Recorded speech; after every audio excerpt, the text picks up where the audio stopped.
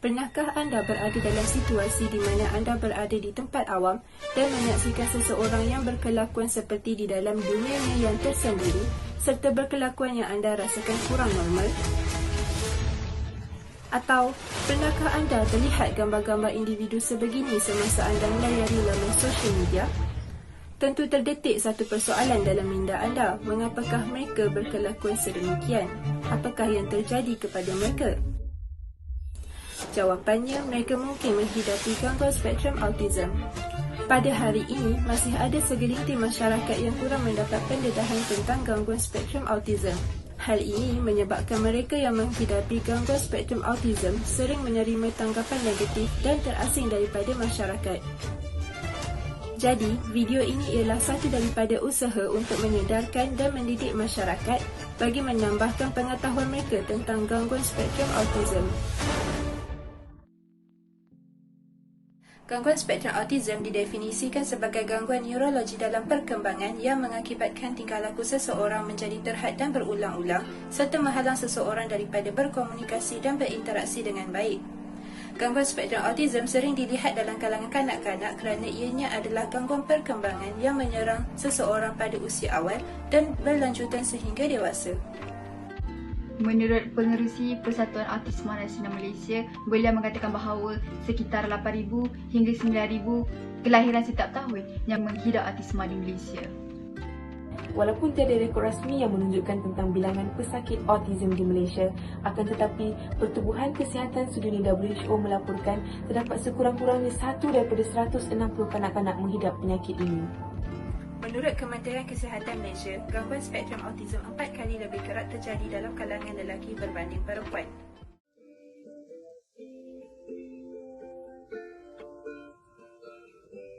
Sebarang kerosakan yang berlaku pada inferior frontal gyrus, superior temporal sulcus, Wernicke's area dan juga Broca's area akan mengakibatkan kesukaran untuk memproses bahasa dan perhatian sosial.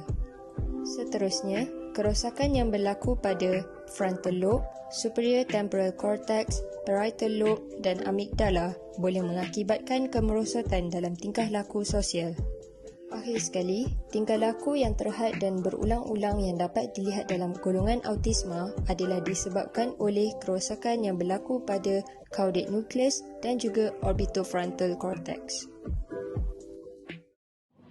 Menurut Institut Kesihatan Kanak-Kanak dan Pembangunan Manusia Kebangsaan, pada kebiasaannya masalah-masalah ini dapat dikenal pasti sejak mereka dalam usia yang masih kecil. Sebagai contoh, bayi yang berumur 6 bulan, mereka sukar untuk senyum atau menunjukkan sebarang reaksi riang sehinggalah mereka menjejaki umur 12 bulan di mana tidak berlaku biabilan bayi atau lebih dikenali sebagai baby talk. Kerana pada usia sebegini sepatutnya mereka telah mula untuk mengeluarkan bunyi. Tetapi anak autistik lebih cenderung untuk tidak melakukannya dan ianya berterusan sehingga dewasa yang mengakibatkan mereka sukar untuk bercakap dan sukar untuk menyatakan kehendak mereka. Antara perkara-perkara yang boleh menjadi tanda atau simptom awal autisma adalah yang pertama, lambat menguasai kemahiran bertutur. Yang kedua, kurang hubungan mata atau lebih dikenali sebagai eye contact. Yang ketiga, tidak menunjukkan gerak balas apabila dipanggil. Yang keempat, pergerakan fizikal yang berulang-ulang seperti melibas tangan, menepuk tangan dan sebagainya. Kelima, tidak cuba untuk meniru pergerakan atau ekspresi orang sekeliling. Dan akhir sekali, mereka juga cenderung untuk hilang kawalan diri seperti meraung dan mengamuk. Jadi jika kita lihat di sini, individu yang paling rapat dengan mereka iaitu ibu bapa selalunya merupakan pihak yang pertama menyedari simptom-simptom ini sebelum merujuk kepada doktor atau pakar yang lain. Jadi, perhatikan anak anda.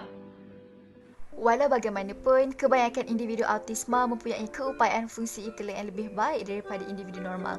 Jadi, perlu diingat bahawa kesedaran ini bukan sahaja wajar diberikan kepada penjaga individu autisma sahaja, malah perlu juga diberikan kepada golongan awam supaya mereka lebih menyelami kehidupan golongan autisma ini. Cuba letakkan sudut pandang kita pada sudut pandang mereka dan hati kita pada hati mereka. Mungkin kita tidak akan faham sepenuhnya, tetapi percayalah, usaha itu sebenarnya lebih efektif dan lebih progresif. InsyaAllah. Forget about the autism? Why would that happen?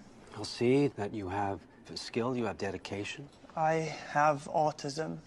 It's part of who I am.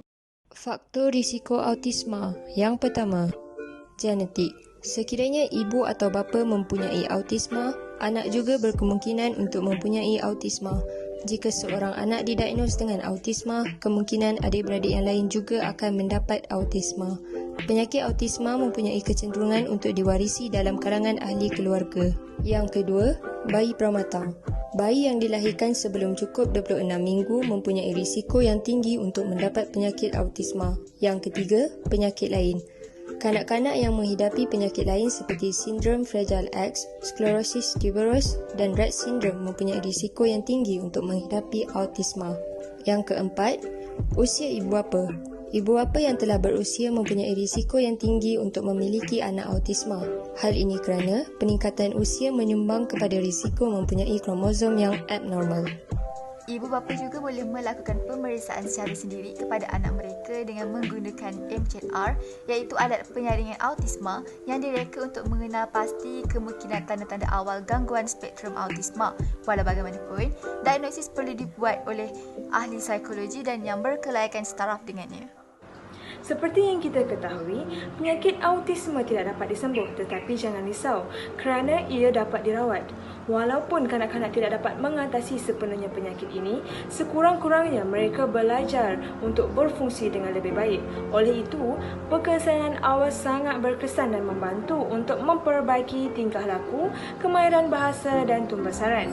Pilihan rawatan yang ada termasuk: pertama, terapi kelakuan dan komunikasi, di mana anak-anak diajar cara bermain dan berinteraksi dengan cara-cara yang mempromosikan kemahiran interaksi sosial, mengurus tingkah laku dan mengajar kemahiran cara urus keperluan harian dan komunikasi harian. Kedua, ubat-ubatan. Tiada ubat yang boleh menyembuh penyakit autisma, tetapi ada ubat yang boleh membantu sesetengah individu dengan gejala-gejala yang berkaitan. Sebagai contoh, ubat mungkin membantu menguruskan masalah hyperaktif, di mana antipsikotik digunakan untuk mengawal masalah tingkah laku yang terlalu agresif, dan antidepresan yang digunakan untuk merawat kerisauan yang melampau. Selain itu, jika anda ternampak situasi sebegini, janganlah kita memaksa untuk mereka bertenang kerana anak autisma tidak akan memahaminya. Akan tetapi, tanggungjawab kita adalah untuk memahami situasi mereka dan yang paling utama, janganlah memberi pandangan yang negatif terhadap anak-anak autisma serta ahli keluarganya. Malaysia terdapat beberapa agensi yang memberi bantuan kepada anak-anak autisma. Pertama, NASOM, iaitu sikatan kepada The National Autism Society of Malaysia yang menyediakan servis membantu kanak-kanak seawal 13 tahun dalam memperbaiki kehidupan kanak-kanak melalui pelbagai servis dan perkhidmatan. Sebagai contoh, pencegahan awal autism, screening program dan terapi program. Terdapat cawangan pendidikan autism di setiap negeri. Boleh dapatkan maklumat di portal rasmi Kementerian Kesihatan Malaysia untuk tahu dengan lebih lanjut. Kedua, Jabatan Pendidikan Khas. Kanak-kanak autisma perlu berdaftar dengan Jabatan Pendidikan Khas di bawah Kementerian Pelajaran supaya keperluan pendidikan mereka dapat diberi. Borang pendaftaran boleh diperoleh di Jabatan Pendidikan atau sekolah. Ketiga, Jabatan Kebajikan Masyarakat. Kanak-kanak autisma boleh membuat pendaftaran kurang upaya Disability Registration dengan Jabatan Kebajikan Masyarakat dengan mendapatkan borang-borang di Jabatan Kebajikan Masyarakat yang berhampiran. Kanak-kanak autisma mempunyai keunikan yang tersendiri. Malah, ramai anak-anak yang seperti ini berjaya dan mampu menjadi anak yang baik. Dengan kekurangan yang mereka ada, bukan bererti mereka lemah. Mereka juga mampu jika dibimbing dan diberi sokongan dengan baik. Manusia ini tidak akan pernah lari daripada ujian kerana kehidupan kita adalah untuk diuji oleh Allah Subhanahu Wa Taala. Tidak lain tidak bukan untuk meningkatkan keimanan kita kepada Allah Subhanahu Wa Taala. Allah rakamkan dalam surah Al-Baqarah ayat 155 hingga 156 di mana Allah akan menguji kita dengan sedikit ketakutan, kegelisahan dan kekurangan dari segi harta benda dan sebagainya. Akan tetapi dalam ayat yang sama Allah juga berpesan bahawa akan sentiasa ada kabar gembira buat mereka yang sentiasa sentiasa sabar, iaitu mereka yang bila ditimpa ujian, mereka berkata, Inna lillahi wa inna ilaihi raji'un. Sesungguhnya aku adalah kepunyaan Allah dan kepada Allah jugalah aku akan kembali. Memiliki anak-anak ataupun ahli keluarga yang lain yang mempunyai masalah autism seperti ini, ianya merupakan satu cabaran kerana mereka perlu mengorbankan banyak perkara termasuklah wang, masa dan juga tenaga. Di sebalik ujian yang Allah berikan ini, ada hikmah yang lain yang Allah ingin tunjukkan, iaitu Allah memberi peluang kepada kita untuk melakukan kebaikan. Jadi, kita sebagai masyarakat sekeliling, kita mempunyai tanggungjawab untuk membuatkan mereka rasa selesa dengan keadaan sekeliling. Seperti yang kita tahu, mereka mempunyai masalah seperti masalah bersosial, masalah berkomunikasi dan juga masalah intelektual mereka. Oleh itu, kita bertanggungjawab untuk membantu mereka selagi mana kita boleh. Allah menyebut dalam surah Al-Ma'idah ayat 2, wa ta'awanu 'alal birri wat taqwa. Tolong-menolonglah di antara satu yang sama yang lain atas dasar takwa.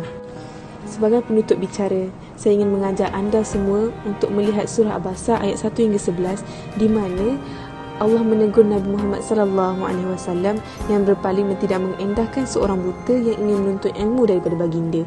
Ini menunjukkan bahawa Allah tidak suka bila kita membezakan antara satu sama yang lain, kerana yang membezakan kita hanyalah takwa di hati.